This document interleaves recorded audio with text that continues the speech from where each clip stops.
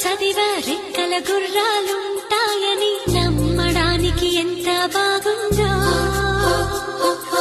బాలమిత్ర కథలో చదివా పగడపు దీవులు ఉంటాయని నమ్మడానికి ఎంత బాగుందో. నా కోసం రెక్కల గుర్రం ఎక్కి వస్తావని పగడపు దీవికి